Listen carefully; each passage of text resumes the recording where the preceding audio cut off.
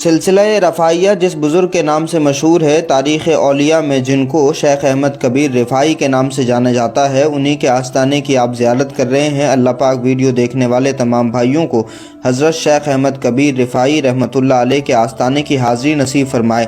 حضرت کا پورا نام احمد بن علی بن یحییٰ بن حازم بن علی بن رفاعہ ہے۔ آپ کے اجداد میں ایک بہت عظیم بزرگ گزرے جن کو رفاعہ کہا جاتا تھا، انہی کی مناسبت سے حضرت شیخ احمد کبیر کے نام کے ساتھ بھی رفاعی لگایا جاتا ہے۔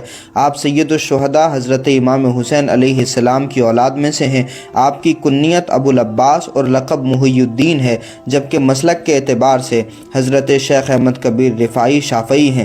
حضرت شیخ احمد کبیر رفاعی رحمۃ اللہ علیہ کے والد محترم حضرت سیدنا علی بن یحییٰ رحمۃ اللہ علیہ کا نکاح اس زمانے کے بہت عظیم بزرگ حضرت شیخ منصور رحمۃ اللہ علیہ کی ہمشیرہ سے ہوا تھا، جو کہ نہایت پرہیزگار خاتون تھیں۔ انہی کے بطن سے 15 رجب المرجب سن 512 ہجری کو حضرت شیخ احمد کبیر رفاعی رحمۃ اللہ علیہ کی ولادت ہوئی۔ حضرت شیخ احمد کبیر رفاعی کی ولادت سے پہلے بہت ساری روحانی بشارتیں دی گئی تھیں۔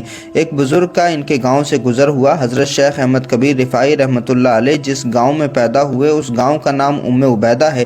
اس گاؤں سے جب ایک بہت بڑے بزرگ اپنے مریدوں کے ساتھ میں گزر رہے تھے تو انہوں نے کہا، السلام علیکہ یا احمد۔ مریدوں نے عرض کی، ہم نے تو کسی احمد کو نہیں دیکھا۔ تو ارشاد فرمایا، وہ اس وقت اپنی والدہ کے پیٹ میں ہیں، میری وفات کے بعد پیدا ہوں گے۔ ان کا نام احمد رفاعی ہے اور روئے زمین کا ہر عبادت گزار ان کے سامنے عاجزی سے پیش آئے گا۔ اس کے علاوہ بہت ساری روحانی بشارتیں دی گئیں جو حضرت شیخ احمد کبیر رفاعی رحمۃ اللہ علیہ کے حوالے سے لکھی گئی تمام کتابوں میں موجود ہیں۔ حضرت شیخ احمد کبیر رفاعی رحمۃ اللہ علیہ نے بہت کم عمری میں حفظ قرآن کر لیا تھا۔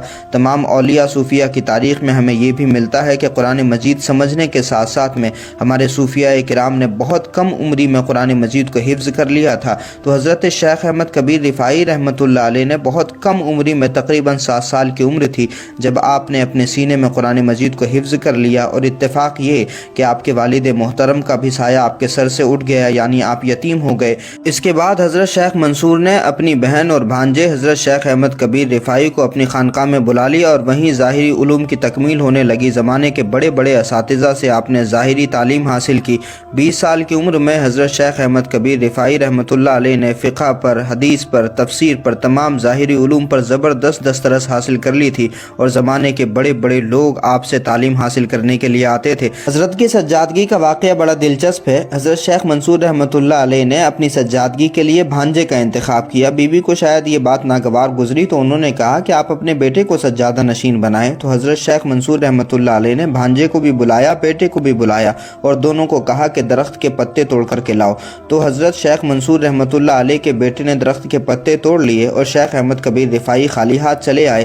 جب حضرت شیخ احمد کبیر رفاعی رحمۃ اللہ علیہ سے ان کے ماموں شیخ منصور نے پوچھا کہ تم نے درخت کے پتے کیوں نہیں توڑے، تو حضرت شیخ احمد کبیر عرض کرتے ہیں کہ ماموں جان، میں نے دیکھا کہ وہ درخت کے پتے اللہ کی تسبیح کر رہے ہیں، اور اللہ کی تسبیح کرتے ہوئے درخت کے پتوں کو توڑنا میں نے مناسب نہیں سمجھا، اس وجہ سے میں نے نہیں توڑے۔